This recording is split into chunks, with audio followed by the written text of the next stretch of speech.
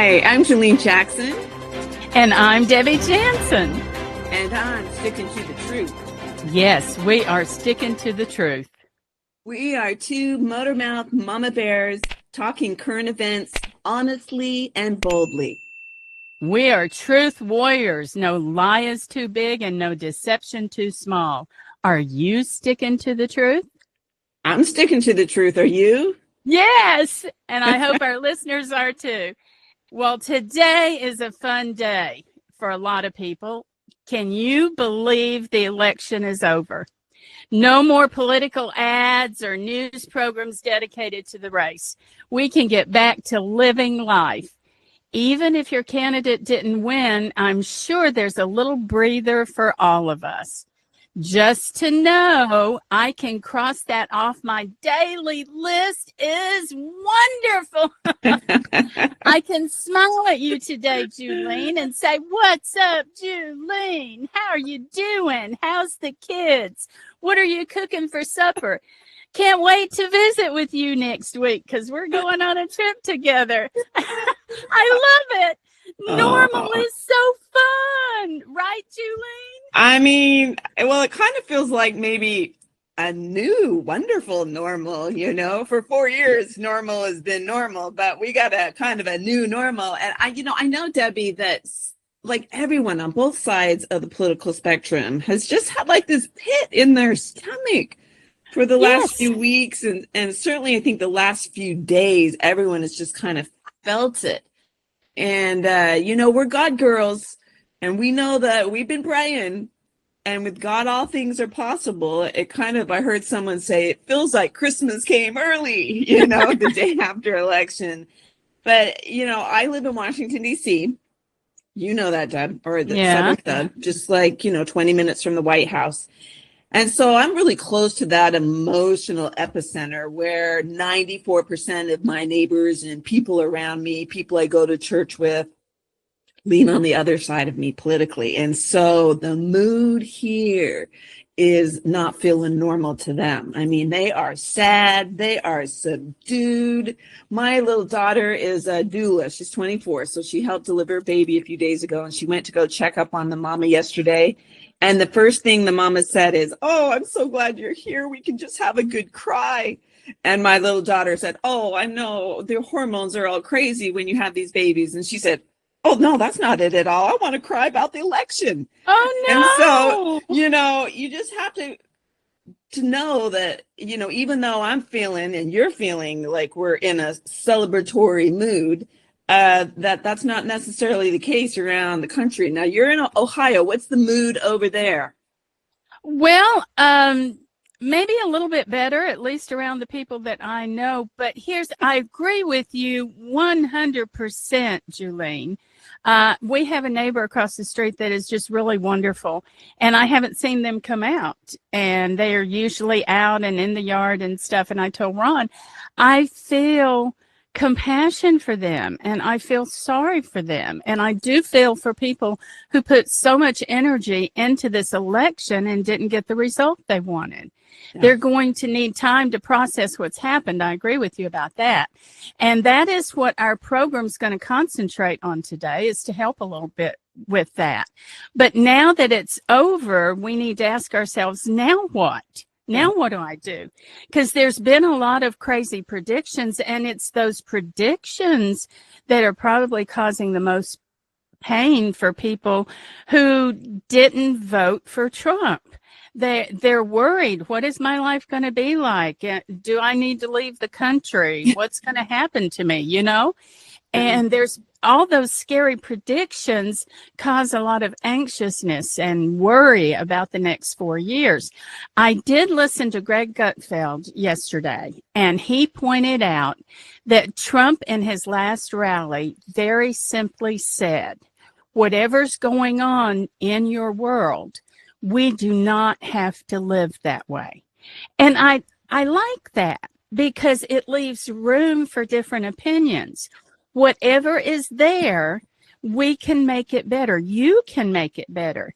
And that's another big key. We have the responsibility, no matter who's in office, to go out and make our world better. Wouldn't Yeah. you agree? Oh, I mean, that is such an empowering thought, right? That we look to God for our freedom, for our answers to our problems, for our solutions. We don't look to the person in the White House. But, you have to be grounded on truth, right? To understand that. I mean, Deb, when you're living in an echo chamber and you think that if your people and your team agenda doesn't prevail, imminent destruction, is on the horizon, that's a frightful way to live, right? And you get pretty straight. And we all have to be careful that we just don't take all of the knowledge and understanding we have from our little vacuum, that we're Yeah, yeah, open. We're not so strident and one-sided. And I do think when you're praying every day, when you're in the word, it kind of tempers your ability to or desire to want to maybe demonize people that have different ideas than you. So, I think this notion, because our guy won, we don't necessarily want to gloat or hopefully be obnoxious when you're reading in the holy word that you should love your neighbor, right? And so right. it's interesting. I had a friend tell me 2 days ago that he had a friend that was really struggling because she voted for Harris. And so the night of the election, he texted her, look, I know this is a tough night for you. I just want you to know I'm thinking about you and I love you. And when he shared with me, that was his response to people that he knows are suffering. That just that Christian part of your heart, you just know that's the right way that we should respond when people are stressed out and upset and sad. I mean, it's that love of God and that love of his word and his example helps, us to maybe not be so combative, because the other side right now, Yeah. they're having a hard time, right? And so I think that, I think that is, I mean, I don't want to say that we can't be happy, but I Yeah, think we have to be sensitive, right, to people that right. the world might be thinking is going to end here. Exactly, exactly. And it is our job, as whether you're a Christian or just a good person, that you don't kick somebody that's wounded, Right. that you don't go stomp on somebody that's hurting, that you, when you see the pain, you address the pain in as gentle a way as you can. Now, you don't always change the narrative of truth. Yeah. You have to accept that this is the truth and this is where we need to go, or this is where you need to take your life. I run into people all the time that ask me questions about life. And recently in Springfield, a young lady came up to me and totally portraying by her attire and how she looked that she probably was not someone like me. But she asked me a very serious question. After she found out what I did, she said, I want a better life. How do I get that? Mm. And so without attacking her where she was, I gently explained some good things that she could do. And then I lifted her up with encouragement, and you can do this and you can make a better life for yourself. I think that is always the go-to, but we still have to be careful because it is addiction when we wake up every morning with this thought in our head that life is horrible and it cannot go on. And how am I going to make this? Because all of that negativity in your head and in your life and anger and lashing out at other people, that is going to keep you going in the wrong direction. So until someone says, you don't have to live this way, your life is not going to get better until you accept that. And the advice is good because it puts you on a road to finding answers, right? Yeah. And that's what we want to do with this podcast. First, we want to point out the lies. Then we want to give you compassion for the place you find yourself. We want to refute the lie, and then we want to insist you don't have to live this way. Your Mhm. life can be better. Don't be anxious. Don't be upset. We can go forward. Do you Mhm. agree? Yeah. 100%. I mean, that's, I think, what it looks like to be a light unto, others around you, to turn your light on and to shine. And sometimes it's your own personal example that will draw them to you more so than saying that you're a Christian. It's they're watching your example. They're watching how you react. Are you gonna zing people back when you get zinged? And so I think just like that little gal that, came to you seeking some advice and counsel. I mean, there was something about you that she felt was a safe place, even though, maybe you're living two different worlds right now. Yeah. Yeah. And we all have to be open for that. But today I want to talk about one other thing that's real important. And that's the biggest part of this election was that everyone needed to see the lies. And there were little lies and there were minuscule lies and there were all kinds of lies that were going on throughout the country. You can't refute a lie unless you've studied the truth. Would you agree, Julene? 100%. Okay. And by the way, let's talk about the biggest lie of all. In fact, it's a whopper. It's the greatest lie anyone has ever come up with. I'm sure Satan was right there working on that lie together. I Hmm. can't wait to hear what you think about it. It's crazy and it keeps all the other lies going. You know what it is, Julie? Oh gosh, there's so many of them out there. Um, Maybe the biggest lie is you cannot eat the rest of all the Halloween candy while binge watching Netflix all night. I mean, I love that always it. sounds like the perfect way to escape, to chillax, relax, but it never ends well. Why do I keep buying that lie? So right now, that might be like the big lie. Well, you got it, babe. I'll agree with that too. But the biggest lie of this election is that one person in one position can fix it all. Oh, They can't. sure. They can't. The Yeah. and I'm not saying that the president isn't important, and I'm not saying that I'm not happy that a businessman is in there and that he can make a lot of changes. He can. He and the person in that position can make our life harder or easier. He can determine the path that America takes. But the lie is that one candidate can do it all. They can't. The big lie is designed to keep us lazy. Yeah. Huh? Did you know that? Yeah. The the lie wants us to turn the problem over to a political entity that can't possibly solve our problems at their root cause. If Yeah. we get used to that, then we will believe that a liar can fix our problems and make life better for us. The truth is that the real work begins today. Already, the liberal media. Oh my goodness. Hold on. I got something going on with my camera. Okay. The truth is that the real work begins today. And already the liberal media is touting that the American people are racist and stupid. It's all our fault and we are doomed. And that's a lie. Yeah. Yeah.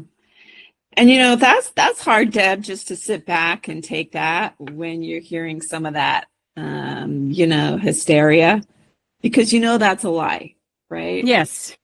I mean, I I was just saying, we already know we had 4 years of Donald Trump.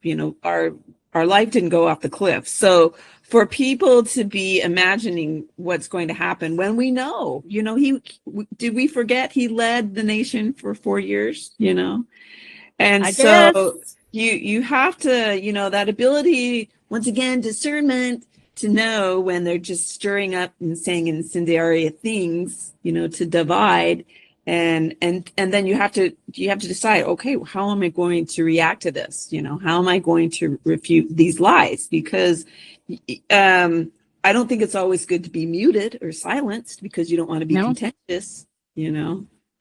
And we need to become part of the solution. Yeah. So if the American people respond to hope and the opportunity to work, and they get up every day and they go to work every day and they try to take problems that they have in their own community and work on them, and we study our problems even more in depth, we make plans for our own work, we have goals to set, and we stay busy.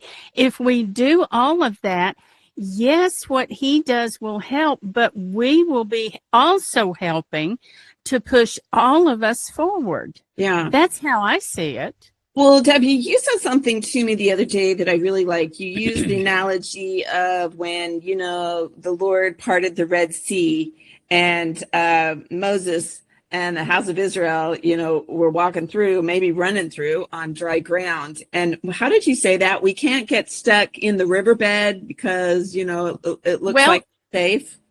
yeah, if we do that, if we let God open the waters and Moses, as the leader, he takes off going through there and leading all the other people with him, and we decide, oh, I'm tired, and we sit down in the middle of that river, what's going to happen?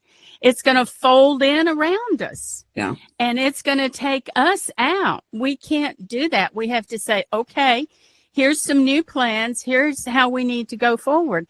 And I also want to point out that there is nothing in life that you have as a personal goal that you can ever stop on.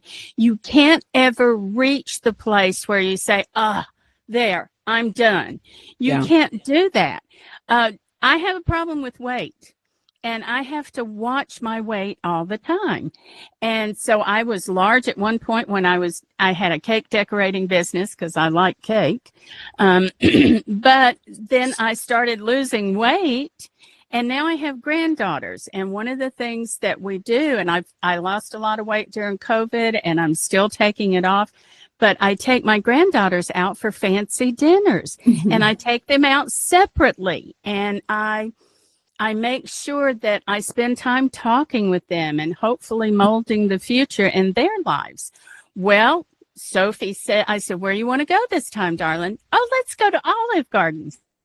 Okay.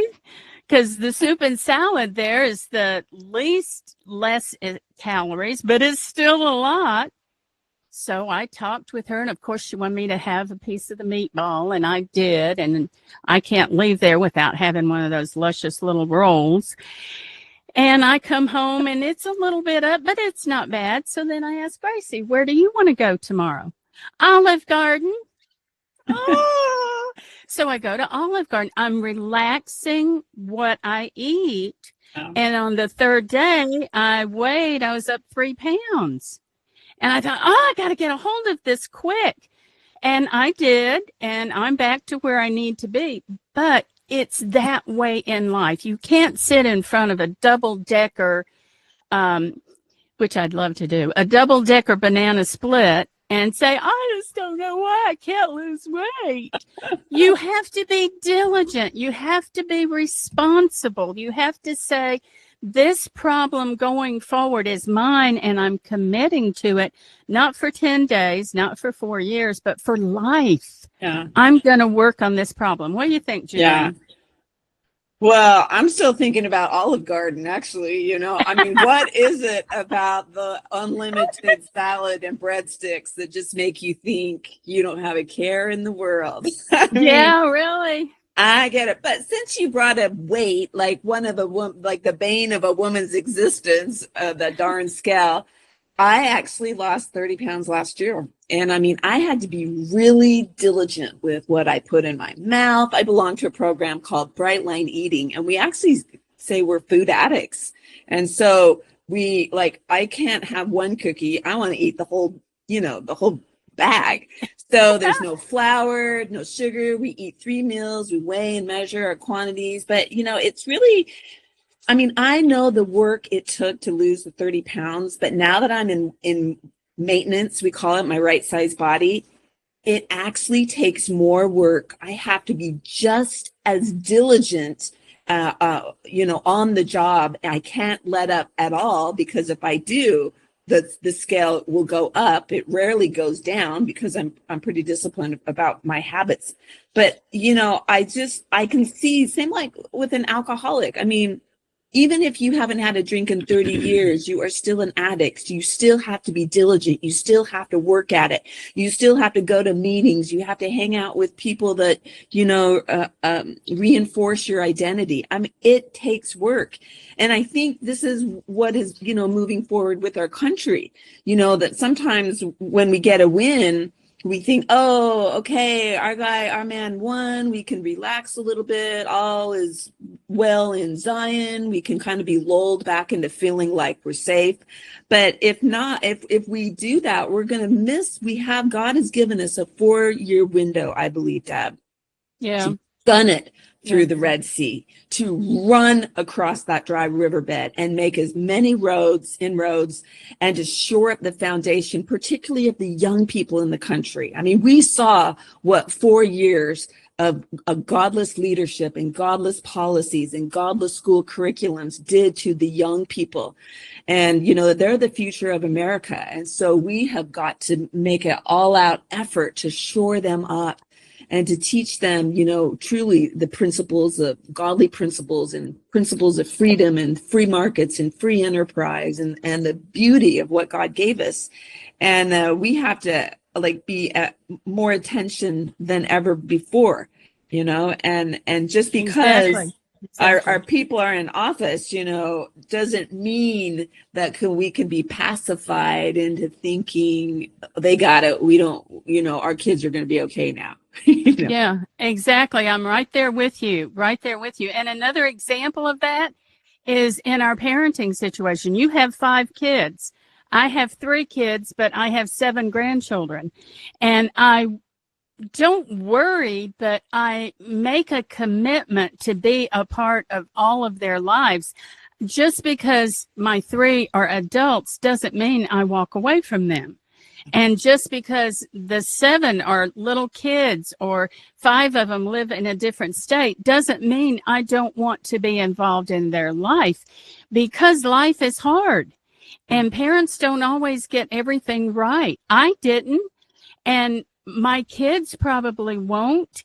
And we have to commit to having that lifetime time and mentorship with our kids, because even though we think we've solved some problems by voting someone in, there's plenty more waiting behind that, plenty more problems. There will be other presidents. There will be other people in command of different areas of our lives. Our kids need to know how to get out there and have a good life. And that means that you and I are involved in their lives. Yeah. And I know a lot of parents that become grandparents and say, well, I quit. I'm going to Florida. I'm going to live and I'll see them maybe once every couple of years. Yeah. No, they need you. And I have actually had young mothers say, I'm scared to death because my parents have done that and I have no support system to make sure my kids are learning right. To give you a funny example, I had a friend that went into, and this is why it's so important to make sure that parents get everything done, but also that grandparents are part of it and we're helping and all of that. But he went into a donut shop and asked for half a dozen donuts. And the sweet little girl, he said she was sweet and nice behind the counter. She said, sir, we don't sell those. And he said, this is a donut shop. Yeah, well, I want a half a dozen. Sir, we don't have any of those. So he thought for a minute and he said, oh, can I buy 6 donuts? And she said, oh, yes, I'll get those right away. And we can laugh at that, but it points out that if we are not diligent in study and in training and in knowing the facts, sweet, wonderful young ladies like that will not be able to respond in an honest way at their business and probably not in their life or their world. And that makes the world worse, not better. I heard Harris say that if she was to get in, she wanted to change the requirements for working in a government office so you didn't have to have a college degree. And I immediately thought, wait, they're in places that are making changes for all of us, and they haven't even been to college. I want the smartest person in that position. I don't want someone who may be really nice and may have some good ideas, but they don't have those underlying facts that they need. Mm-hmm. What do you think? Yeah, I mean, if you're not rooted on a knowledge and intelligence principles, you're more easily swayed. You can be more easily controlled, And so I think we want the most qualified people. And we used to think we could send our kids off to school or the universities and they would come back, so equipped to handle the world. I have changed my mind. I believe, Debbie, you and me are the greatest teachers our children and grandchildren will ever have. We are the most equipped to understand what they need as we send them out into the world and as they're going to get on that wall and on the front line. The love of God, the love of freedom, the love of country is homegrown, and not enough families are growing it at home. They're outsourcing it to the schools, the social media, and whatnot. And so, that's why it's so important that we continue to study and learn. We're a part of Moms for America, where we have weekly classes on principles of liberty and good government and parenting. And, I just finished or getting ready to finish a 4-week series on our foundational stories of the Pilgrims, dating clear back to Joan of Arc, Christopher Columbus, the Pilgrims, and it's a great class. It's great. I realize this is so much fun to go back and learn these inspirational stories that are really not taught anymore in the school systems. So unless we're teaching them to our children and grandchildren, they will never know, And so we have to be up and learning. When Mama and Grandma knows, the next generation will know. Will be yes. Will be firm. Their foundation will be firm. You're exactly right, and I love it. And yes, do go to momsforamerica.us and join us. You get all these wonderful classes for free, and I know you'll enjoy it. So, Julian, real quick, what's a tip for today? Well, I think we got to keep praying, right? We got to pray as if everything depends upon God, and then get up and work as if everything depends upon us. God loves to see us work by the sweat of our brow, right? He said we are to work, and he rewards efforts. And so, we've seen a glimpse of how quickly we can do a decline slide in a matter of a few years. And so, we've got to take this precious time where we have a leader who loves God, who loves family, who loves freedom. And we got to, I think he said there's a reason after his assassination attempt that God spared his life. We got to be a part of that reason. All right. We worship a big God so we can do big things. We don't need to rest on our laurels and go back to normal. We need the new normal where we got to step it up and keep petitioning the heavens for help, but roll up our sleeves collectively together and get to work. Step it up. That's great, Julene. And we don't really collaborate on these tips, but seems like the last couple times we have about the same tip. So my tip for today is to reject the big lie. Get busy living your life, which is just what Julene said.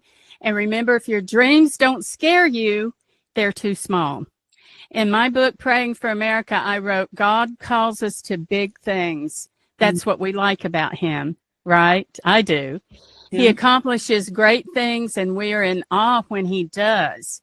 Yet the hardest thing for us to do is trust him enough to actually join him in those great adventures. To our listeners, the time is now. We must work to make our country better. And I promise you, if we work together, we're going to make it happen because God's going to get involved and we will do great things. Am I right, Julene? You are, my friend. That's why I love you. Right on. Okay. Thank you for being with us today. Subscribe to this podcast and join us again when we discuss fresh topics. You can ask a question or request that we dig into a specific topic by writing me, Debbie, at debbiejansen.com. And if you're discouraged, pick up a copy of my book, Praying for America and the Army of God. It's packed with inspiration and hope. Stay tuned because Julene and I have some big plans and fun stuff for you next month. This is Debbie Jansen, and I'm sticking to the truth. This is Julene Jackson, and we are sticking to the truth. We will see you next time. Have a great day. Bye-bye.